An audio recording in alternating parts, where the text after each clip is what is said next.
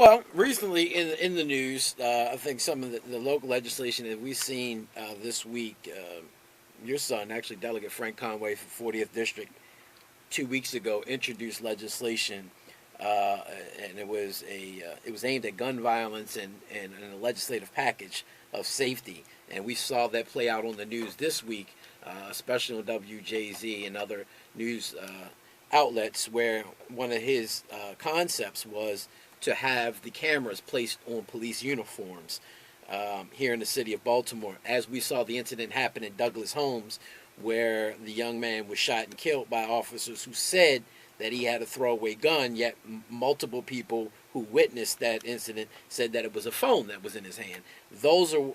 That's an incident that these cameras could have addressed, and we've seen that legislation, along with the other two pieces of legislation that he has introduced, will be a part of his crime package when the session comes in January. The second thing is the hypocrisy of these legislators. I think one of the biggest issues that I saw after writing something on DMV Daily was in regards to a councilman who was a part of a staff, and I think Julius raised this issue on the show weeks and weeks ago. You have a councilman who's a part of the establishment, whose wife is running for state's attorney, who voted for the $11 million increase for the new offices for our state's attorney, yet the candidate is railing against that very funding. And now the person whose campaign is filled with people in treatment who use things like methadone are now, that same councilman now is joined up with Mary Pat Clark to shut down a methadone clinic in Hampton. So you can't have it both ways. It's either one or the other. You can't talk about treatment and effective treatment of the citizens and then on the back end of that rail against it. And I think that's part of the outrage with this local bill dealing with the curfews, is that you shut down the rec centers, well, you defund a lot of these rec centers with the supposed plan to build new ones in the future, yet now you're coming after them with a curfew that, and again, is in existence already. So until we can address the original curfew bill, I don't think this one really, it's not doing too much that we already haven't. I think we have to really address it on the enforcement side of the issue.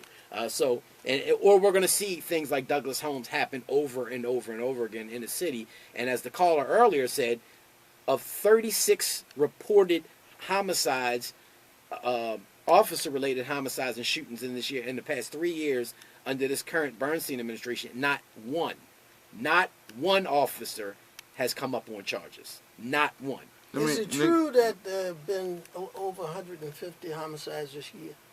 It has. Yeah. Homicides Okay. overall. Yeah. Okay, overall homicide. Mm-hmm. So why are we going to have policemen spending time stopping juveniles who are out after 9 o'clock when all these people are being shot to death on the street? And that's what the FOP has come out. Bob Cherry, I'll never agree with him. He actually came out and said this is bad. Like, we don't have time to worry about some kid who's breaking their curfew. We're worried about more serious crimes that are going on in the city of Baltimore. And I think one of the callers, when Larry talked about this, there used to be an officer, I think it's Oscar, basically said, well, first of all, officers are going to do what an officer is going to do. Whether you got a curfew law in effect or not, they're going to stop you whatever they feel like it. But they also don't have time to worry about a curfew law because they're worried about stopping drugs from being sold, from people's houses being broken into, and other quality of life crimes. Do you think the curfew bill, as introduced, do you think it fails or do you think it passes?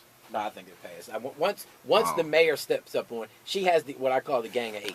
You only need eight votes to pass any simple piece of legislation unless you need a super majority. And this one only needs a simple majority. She has her gang of 8 plus 1.